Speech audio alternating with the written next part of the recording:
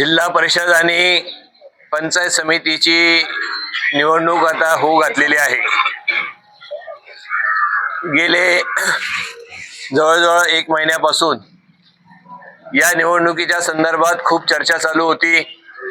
निवडणूक कधी लागणार, मतदान कधी होणार याच्याबाबत सर्व तालुक्यामधून उत्सुकता होती।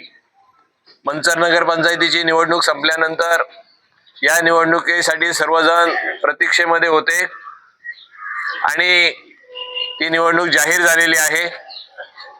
मधल्या काळामध्ये 17 साली जिल्हा परिषदेची निवडणूक झाली। त्याच्यानंतर कोरोनाचा काळ सुरू झाला आणि बघता बघता प्रशासकाची नियुक्ती झाली आणि मधल्या काळामध्ये खूप दिवस जिल्हा परिषद आणि पंचायत समितीमध्ये आपल्या भागाचं प्रतिनिधित्व करणारा कुणीही नव्हतं। सगळ्या ठिकाणी प्रशासक होता, प्रशासकीय कामकाज चालू होतं। त्यामुळे खूप जनतेमधून या निवडणुकीच्या संदर्भामध्ये उत्सुकता लागून राहिलेली होती। शेवटी पंचायत राज ही खूप महत्त्वाची आहे। जिल्हा परिषदेच्या आणि पंचायत समितीच्या माध्यमातून खूप छोट्या छोट्या माणसांची छोटी छोटी जी कामं असतात ती जिल्हा परिषदेला असतात, पंचायत समितीला असतात आणि ही कामं सोडून घेण्यासाठी आपला हक्काचा सक्षम उमेदवार निवडून जाणं ही खऱ्या अर्थाने काळाची गरज असते। आज त्या निमित्ताने वळती गावामध्ये या पंचायत समिती गणातून ज्या उमेदवार आहेत त्या सीमाताई खिलारी आणि जिल्हा परिषदेसाठी ज्या उमेदवार आहेत पोरताई, या दोघांनाही माननीय नामदार दिलीपराव वळसे पाटील साहेबांनी उमेदवारी दिलेली आहे। आज त्या निमित्तानं वळती गावामध्ये व्यासपीठावर उपस्थित असलेले सर्व मान्यवर आणि तुम्ही खूप मोठ्या संख्येने उपस्थित असलेले सर्व कार्यकर्ते, मतदार बंधू आणि भगिनी, शेवटी या निवडणुकीच्या माध्यमातून वळती गावाचं एक आगळं वेगळं महत्त्व आहे। ज्यावेळेस विधानसभेची निवडणूक झाली त्यावेळेस आम्ही सुरुवातीच्या काळात सुद्धा इथूनच प्रचाराची सुरुवात केली होती आणि नेहमी वळतीकर हे नामदार वळसे पाटील साहेबांच्या मागे भरभक्कमपणाने उभे राहिलेले आहेत।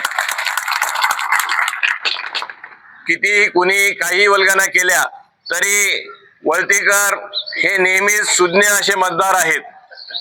आज या जिल्हा परिषद पंचायत समितीच्या माध्यमातून तुमची जी जी काही कामं आहेत सुचवली जातील किंवा मधल्या प्रशासकीय काळामध्ये सुद्धा सर्व कामं वळतीकरांच्या माध्यमातून इथल्या लोकांनी जी जी सुचवली ती पूर्ण करण्याचं काम नामदार वळसे पाटील साहेबांच्या माध्यमातून आम्ही सगळ्या कार्यकर्त्यांनी आजपर्यंत केलेलं आहे। आज तुलसीताई याच्या पूर्वीच्या काळामध्ये सुद्धा जिल्हा परिषदेचं इथून नेतृत्व त्यांनी केलेलं आहे।